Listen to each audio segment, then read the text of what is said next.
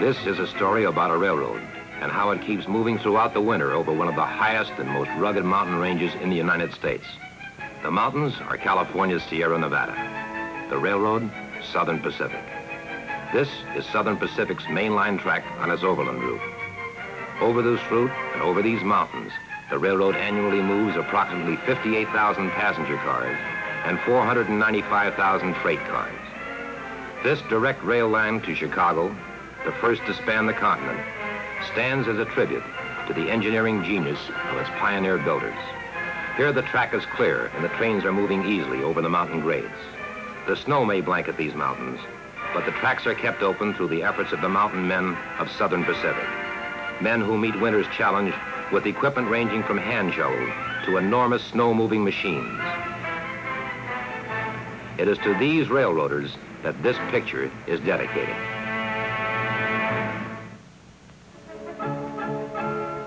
These are Southern Pacific's four great routes: Shasta, Overland, Golden State, and Sunset. 12,000 miles of railroad carrying modern freight and passenger trains through every type of terrain and climate. Each route is served by one or more of America's newest, fastest, streamlined trains. The strategic Overland route provides the most rapid transportation between Chicago and the West Coast. Donner Summit is the railroad's 7,000-foot crest of the Sierra. It was in a 45-mile area around this point that this film was made.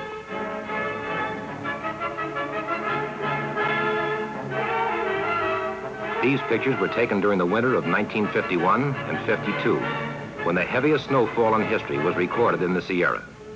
Nowadays, modern technology and snow fighting equipment work to keep the tracks clear of snow, for Southern Pacific has learned how to keep the snow on the run.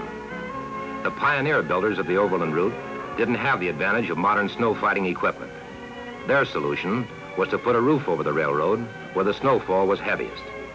These long, barn-like structures effectively kept off the snow, but they limited the visibility of engine men. After years of careful study, and with the advent of modern snow fighting equipment, most of the sheds were removed. A few are still retained where experience has shown that they are needed. The yellow line shows the original extent of the snow sheds, 32 miles within a 40-mile stretch. By 1925, they had decreased to 21 miles. By 1930 to 16. By 1935 to 10. And by 1940 to 8. In 1952, 5½ miles remained. The remaining stretches of snow sheds serve an important purpose. Heavy-duty timber sheds protect Donner Summit, where helper engines that assist trains up the Sierra Grade are removed, necessitating short stops here. During that time, heavy snow, drifting with the wind, could get a firm grip on a standing train without the protection of the snow sheds. Because of the experience of Southern Pacific snow fighters, the greatest portion of the railroad needs no overhead covering. It is open to the elements, and the darkening Sierra sky foretells storms in the making.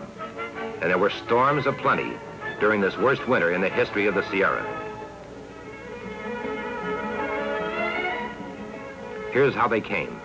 October, 31 inches of snow. November, an additional 32 inches. December, 3 storms totaling 170 inches. January, 245 inches more. February, another 116 inches. March, 160 inches, bringing the season's total to 790 inches of snow, enough to cover a 5-story building. It was the heaviest snowfall ever recorded in the Sierra. There is nothing halfway about winter in this area. The blizzards are heavy, the winds strong. The land becomes obscured in the flying white clouds of snow.